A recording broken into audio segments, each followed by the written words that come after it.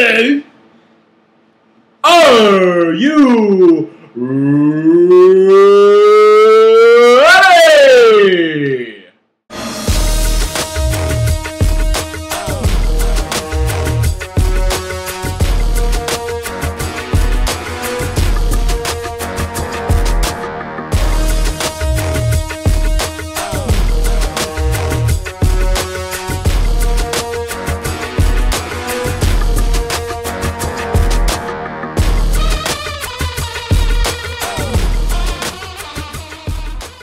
Hi everyone, and welcome to another edition of SlaMMA. I'm Big Daddy Chris. And I, of course, am Heartbreaking Howie. And today we're bringing you a real quick rundown of UFC 135 Rampage versus Jon Bones Jones. Oh, it's going to be a great one. And the most important thing about this fight is it's right in our hometown of Denver, Colorado. It's actually right down the street. Yeah, it's the first event that has been here since UFC 4, right? Yeah. And the first two UFCs were actually held here at McNichols Arena. You know, McNichols kind of bit the dust a little while ago. And the first two were actually a tournament style, and they were won by Royce Gracie. So it'll be interesting to see if they maybe have an appearance by him there. That'd be really nice. Mm-hmm. UFC said that they really wanted to come back to Denver. It wasn't owned by Zuffa at the time when they got started, but Dana White has said that they wanted to come back when the time is right, and they want to do it big. And they certainly have put together a pretty good card for us here in Denver. Yeah, so let's go. We'll start this here. The beginning of the preliminary card, we've got the Facebook fights going on. The first fight of the night is going to be a light heavyweight match between James Tehunta, who's 12-5, versus Ricardo Romero, who's 11-2. It's going to be a good fight. Yeah, it'll be interesting. Very evenly matched. Very much so.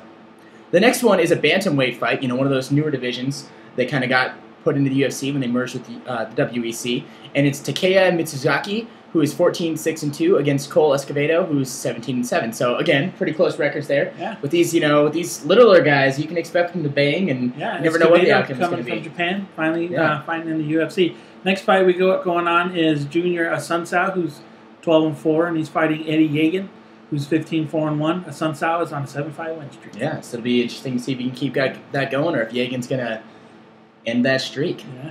Next, we'll go on to the preliminaries. They're actually going to be broadcast on Spike, and these will be on from 6 o'clock to 7 o'clock Mountain Time. The first one being a middleweight bout between Nick Ring, who is 12-0, against Tim Boesch, who's 13-4.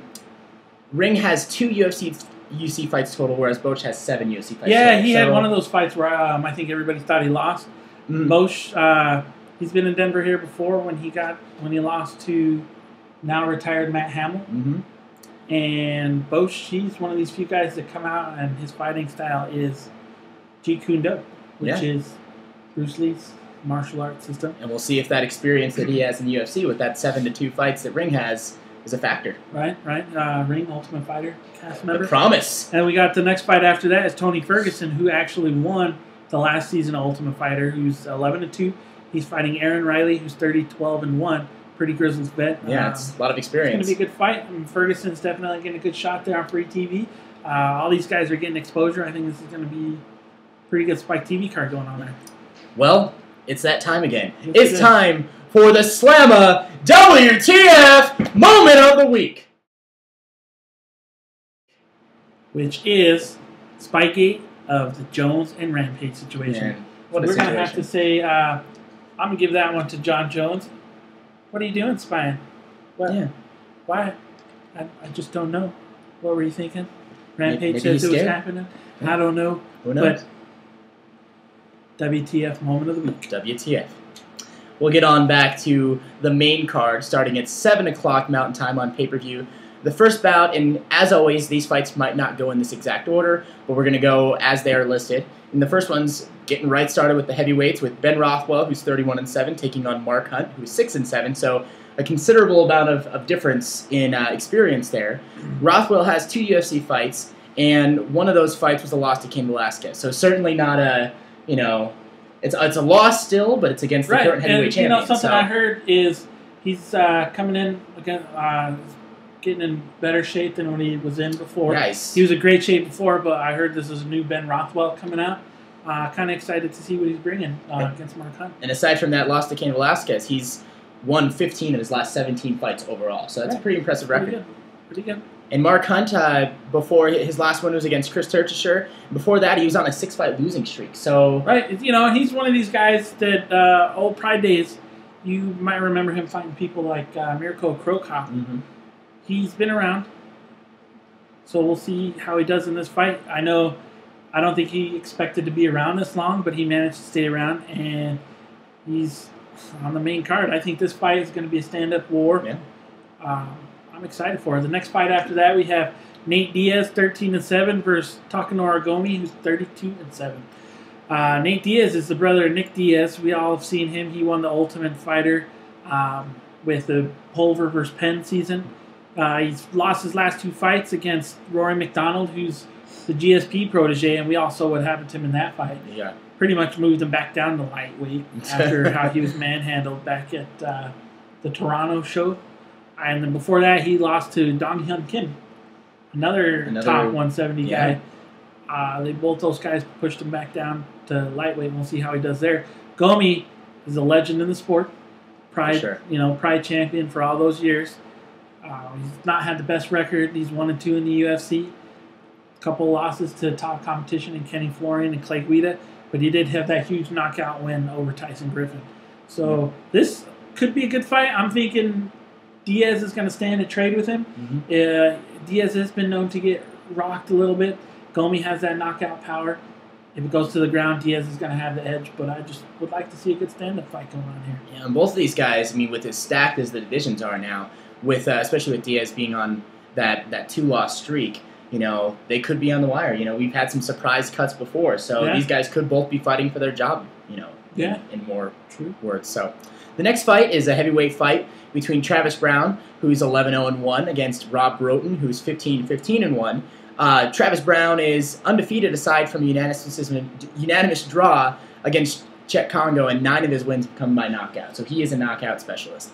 Rob Broughton is on a 5-fight win streak, and he won his last fight, which was a UFC debut, at 120 against Vinicius Quizero, and he won via submission. So Brown is one of these heavyweights that's up-and-comers. He's like our local product, Brendan Schaub. He's coming up the ranks.